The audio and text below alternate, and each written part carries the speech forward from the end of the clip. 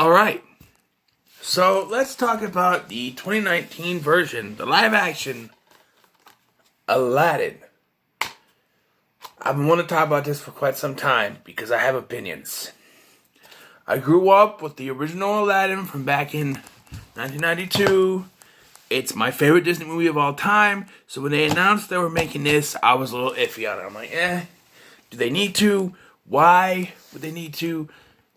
But a lot of people have been saying that their recent live action Disney movies have been doing alright. People have been, some, it's like 50-50, half are okay, half are good, half are okay, like, This year we had technically 4 Disney live action remakes come out with Dumbo, this, Lion King, and Lady and the Tramp, which went to Disney Plus instead of the theater, but I didn't watch it. I'm not gonna watch it. I didn't watch Dumbo. I had no interest. The original Dumbo was good. It's a good movie. It's not one of my favorites looking back. That and Bambi are kind of just But Aladdin and the Lion King, I was dead set on seeing both of them. I went to the theater to see Aladdin because I saw the trailer, right? First trailer, played up the nostalgia feels. A whole new world just kind of popping up. And, when they did the whole new world, I got goosebumps. I'm like, oh, this is making me feel, like a kid again. I'm like, I gotta go see this. And, the announcement of the genie, Will Smith as the genie. Right away, when they announced that Will Smith's in the running for the genie, I'm like, no. We need someone else.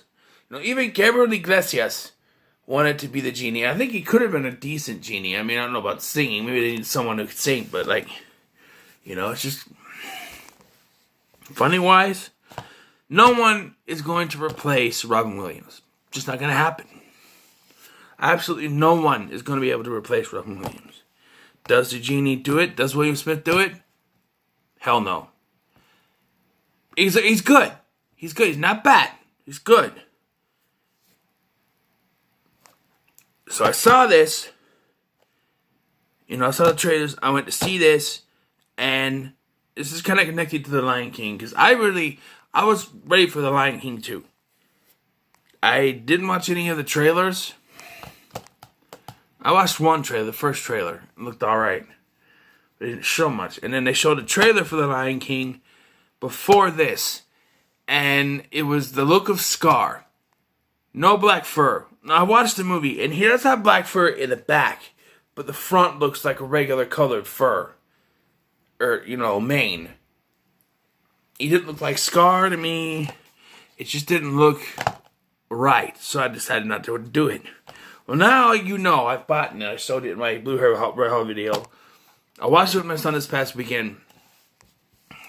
What is this?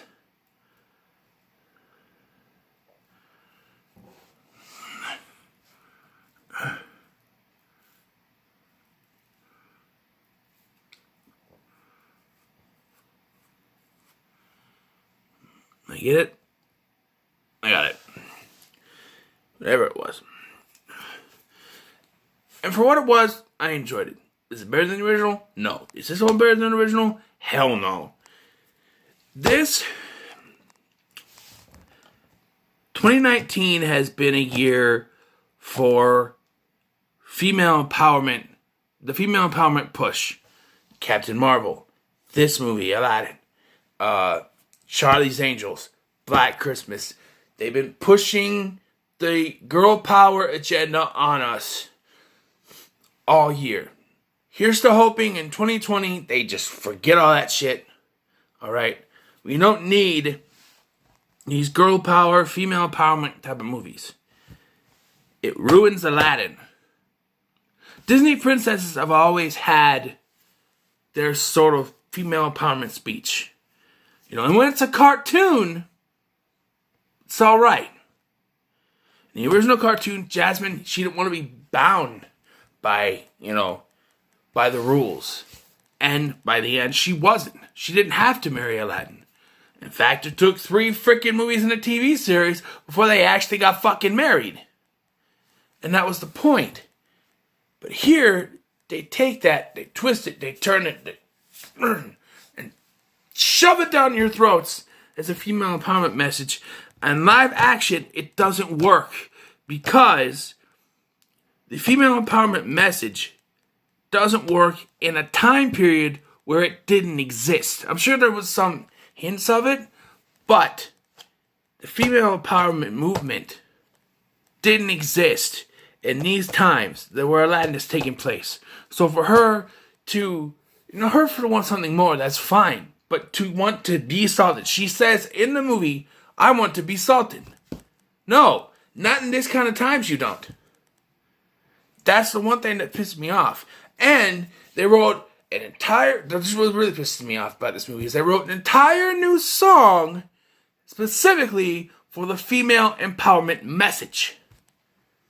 That's what it was. They gave her a little snippet of it, and then she sings her heart out towards the end.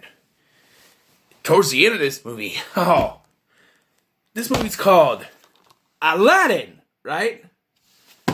And for 20 minutes of this film, towards the end, Aladdin's nowhere to be fucking seen, and it's all Jasmine, and I won't be silenced, I won't be speechless, I'm gonna do what I want, and I wanna be, female empowerment, even though it doesn't exist yet, all that stuff. And it's Jasmine who tells the guard, who didn't exist in the original film, oh, you need to stand up for yourself, and you serve her you believe you need to serve. And so he turns on Jafar, and I know I ramble on about movies. I say I don't like them. I do like this. I'll get to the positive stuff. I'm just kind of spitballing off negative stuff right away so I can get to positive stuff later.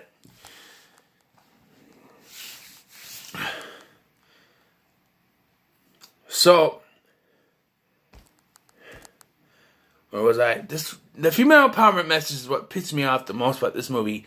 It wasn't necessary. Jasmine already had her sort of, I want to be something more kind of message without them twisting it and turning it into, I don't want to be just something more, I want to be the Sultan. Which, no. It even gets to the point where she does become Sultan. And I went, you gotta be kidding me. They made her Sultan. I'm not against female empowerment. Just stop shoving it down our throats. Alright?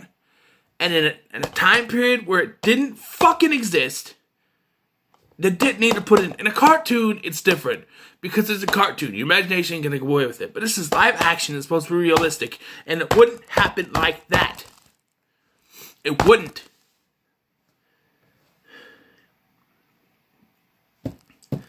Yes, I'm angry. Just a little bit. Just a little bit. While we're on subjects of things that piss me off, we went away from the female empowerment message. One of the biggest things going into this, one of my favorite things from the original animated cartoon movie is that the giant snake. See just how snake-like I could be. In the first trailer, in one of the trailers, we see a giant bird, and I'm like, okay, that's cool. But the giant snake, it's gotta be better than that. We don't get a giant snake. We get the giant bird. That's all we get. How cool would it have been for the... Oh, it cost too much money to do a CGI snake. But you could do a CGI parrot? How much more money would it take to do a snake?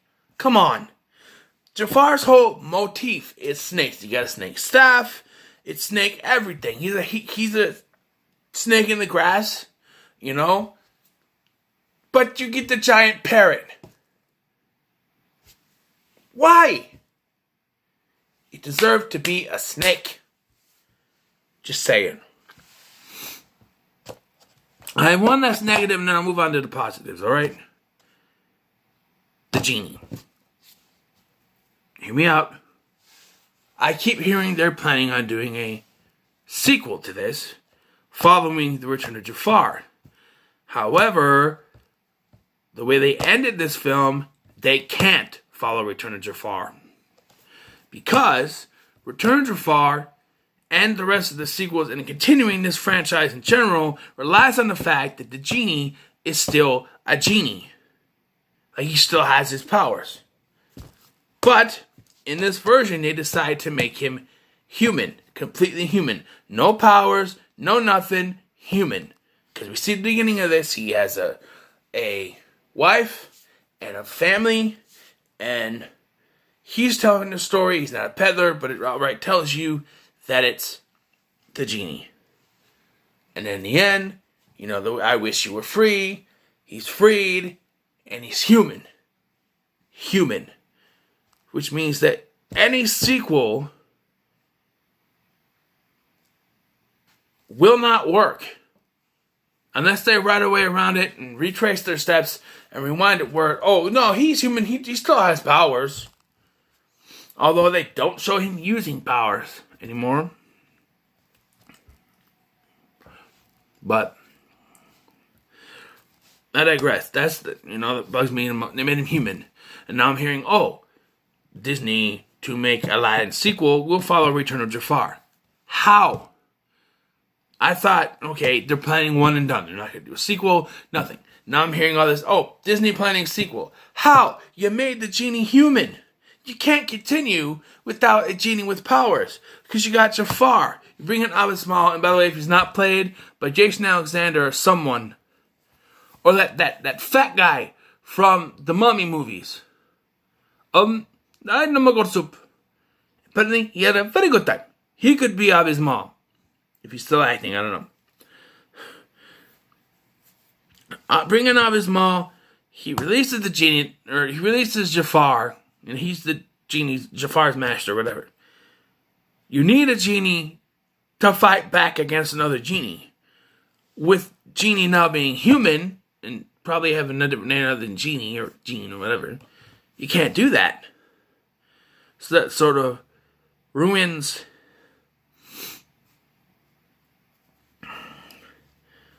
sequel idea in general. Let's get to the positive stuff. First of all, watching this on the big screen at the movie theater, the cinematography was amazing.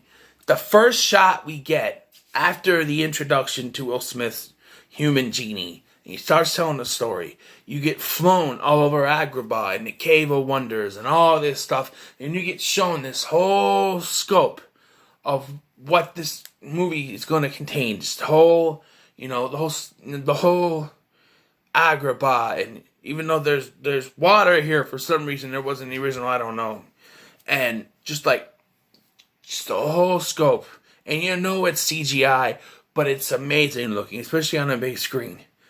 That is amazing. Now, the genie, for what he looks, I've heard people be like, oh, he looks terrible when he's blue. What do you want? Alright? You wanted him to look just like Robin Williams. You wanted Robin Williams in this movie. If Robin Williams was still alive, they probably would have had him come back. They probably would have. Just like they did with James Earl Jones in The Lion King. They would have brought Robin Williams back. But you can't have him back. And I think that's the only reason why people have hated on the genie, is because it's not Robin Williams, so automatically it sucks. This is one of the things I get pissed about when I watch other people's reviews, complaining about CGI. We're in an age when CGI is going to happen, so just fucking deal with it. Oh, the CGI in this was kind of bad. This CGI sucks. Oh, they did it with CGI. I understand that practical effects are probably cheaper and better looking, but nowadays, people are going to use CGI. You just got to get used to it. And one of the things that people bitched about was the CGI on the genie. Oh, what did you expect? Of course it's going to be CGI. They don't use it throughout the entire film, which, to me, at first, I was like, when I saw the trailer and using me human, I'm like, why are they doing that? To blend in, sure, but that was the point of the genie, is that he could turn into whatever he wanted to hide himself, not just human. Of course, we gotta be more practical. Animation costs less than CGI, but you know what I mean. For what Will Smith did, decent enough genie. Is he better than Robin Williams? Hell no. Never will be. But he's good. The actor who plays Aladdin, for what they gave him, he does alright. And I feel like maybe he's not giving it his all, but he does a decent job with what they give him. Likewise with Jasmine, while I don't like the way they go with her character, the actress does a very good job with what they give her. There's this new guard. His name is Hakim. He's not in the animated version. There's an animated guard, but they don't use him. They use a entirely new character, and they sort of focus on him as like he's been with this family for a long time. So he's like a secondary character, even though he's not in the animated version. It's confusing. And he was like Tommaso Ciampa from WWE NXT. And he was also, the actor was also in Spider-Man Homecoming or Far From Home the same year. And his character is alright. I like his character. The Sultan, not much to do with the Sultan. He's basically the same character he was in the animated series. Jafar. I heard a lot of criticism about Jafar. The guy, with what they give him, is okay. They could have cast an older actor. They could have cast a more, I don't want to say ugly, but homely looking actor. Not, like, one of my biggest problems with Jafar is that when Aladdin is taken prisoner by the guards, he's not put in the dungeon. He's not tricked by Jafar as an ugly old man, because they don't want him to be an ugly old man, so they just have him be Jafar.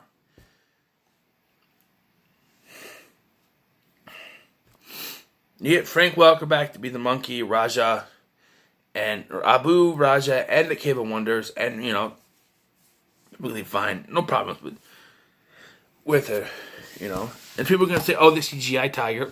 They're gonna have a real tiger, all right? Nowadays, they're going to use CGI, all right? The bird. Okay, this is another kind of mixed aspect for me, is Alan Tudyk. I like Alan Tudyk. He's good acting and stuff like that. They should have gotten Gilbert Gottfried to come back. If you can't get Robin Williams because he's no longer with us, get Gilbert Gottfried to come back and do the voice of Iago. Because what we get here is stock parrot sounds. That's all it is. It's not a unique voice or anything. It's stock parrot sounds. Diamond in the rough. Diamond in the rough. You're fired. Stock parrot sounds. I know, in a realistic world, it would talk like that, but you got a genie. And then you're going to make a Lion King a couple months later, and they all talk. Come on, you do something. And just, I do like the beginning of this, they kind of mush things together, and it doesn't take as long to get to certain plot points. Like, in the original, you had the peddler, salam, and good fortune to you, but if it's, please come closer, talk and stuff like that. And then you get to the main story, and you get, like, Jasmine, what's going on with her, and you get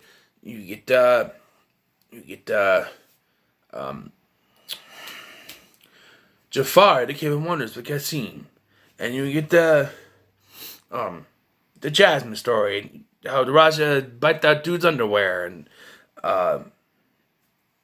then you get Aladdin's story. They kind of mush that together, as in the opening when they're singing Arabian Nights, you go around and you see Jafar and Cassim, and I think it's Cassim, and all that happened, and then it cuts and it goes to after that it goes to the marketplace. And we see Jasmine's already there, and Aladdin, and they're all, they're merged together, and Jasmine's there during One Jump Ahead, which is my favorite song from the original animated version. And you could say, oh, what about Whole New World? What about Prince Ali? To me, One Jump Ahead has always been my favorite because it shows you what Aladdin has to do to survive. Here, because in the original, he's doing it for food. Here, he's just protecting the princess and her bracelet. Or not princess, but the girl that he thinks is cute and her bracelet. So it's different. But I like the way they do it. They do speed it up a little bit towards the end. Like, but it's like decent. One thing that does irk me about these remakes is sometimes, like specifically in this one and the Broadway version of Newsies, they change some lyrics. I don't get why. It's the same people writing the songs, the same people composing them. I don't understand why they have to change the words. Not that they have to do it for, like, plagiarism. It's their own work. You can't plagiarize your own work. It's your work. Because you got Alan Menken and Tim Rice writing the songs. Same thing for Newsies, Alan Menken. Why do they have to change some of the words? Now, Newsies, the Broadway version, they did a whole overhaul of that story. So it's natural that some things would be changed. And I watched that and I like it. So it's not like, it's different. But this sticks mostly to the core story, except for the, female empowerment stuff. But I just, in One Jump Ahead alone, there's some changes. And then they have that song, Speeches. People say, it should get nominated for a Tony.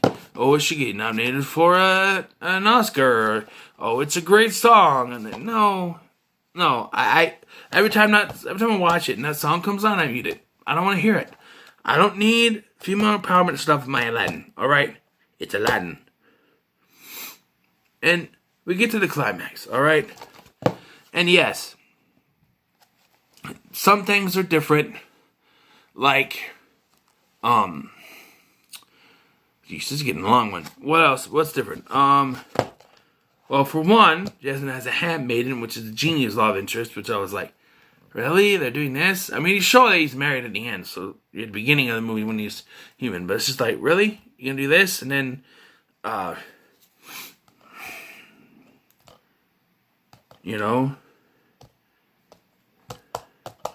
Sultan doesn't play with his toys. There's not much imagination put into the climax where you saw, like, she was in an hourglass and Raja was turned to a stuffed tiger or something, and the monkey, and the Sultan's in his underwear and all that stuff. Here, no. All imagination is gone. It's too realistic, and it just, we gotta make it realistic, so we can't have all that. You can use CGI for most of the stuff in your movie, but you're not gonna try to use that to your imagination. I mean, come on. And the climax. So, in the original animated version, Aladdin is sent to the ends of the earth, wherever that is, and he comes back relatively quick. He's back within a snap, Here, because they want to push the female empowerment agenda down your throat, Aladdin is sent to the ends of the earth, and it takes him 20 fucking minutes to get back, because they want to push the female empowerment agenda. Then he comes back and he tricks Jafar into becoming a genie. And then we have the end where she becomes Sultan and he leaves, and Genie is freed and he leaves, and then all that stuff. The music is good, the cinematography is good, most of the acting is good. It's a good movie. It just...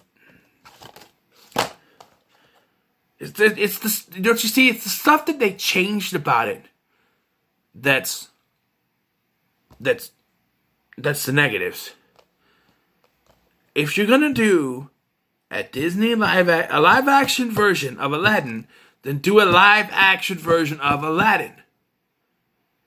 I don't care if you do it shot for shot for shot for shot. That's what I wanted to see.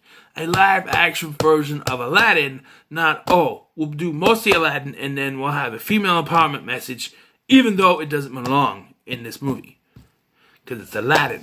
If you wanted to do a different version of it, like from another point of view, you could have called it Jasmine. I wouldn't have gone to see it. No one would have. Unless you're all female empowerment. Those who would have been intrigued probably would have. But they know their selling point is Aladdin. So they call it Aladdin, but put in female empowerment stuff, even though it shouldn't happen. If you wanted to have it from a certain point of view and call it Jasmine, have Jasmine's point of view, then do that. If you do a sequel, leave the female empowerment stuff out, put more of Aladdin in. That's all I'm saying. Hey, you could only improve on Returns of Far. Well, it's okay. Like, the sequels were mediocre. First one's, the animation's worse and all that. If you can improve on that, by all means do it. But don't add more of the stuff that weighed this movie down to your sequels. No female empowerment. Have more imagination, all that stuff. Guys, this review is getting long. I didn't want it to be this long, but I have to give my score for Aladdin. I'm going to give it a 7. 7 out of 10 for me. So what are your thoughts on the Aladdin remake? Let me know in the comments below. Like, share, and subscribe. My next video will be the ranking of all the 2019 movies that I saw this year. So look forward to that. I got a list right here. I can show it. I got a list right here. I got them all stacked, so they're in order. Yeah, I gotta figure out where this one goes. Spoiler alert, it's in my top 10, so I don't think it's that bad. So remember to like, share, and subscribe, and I'll see you.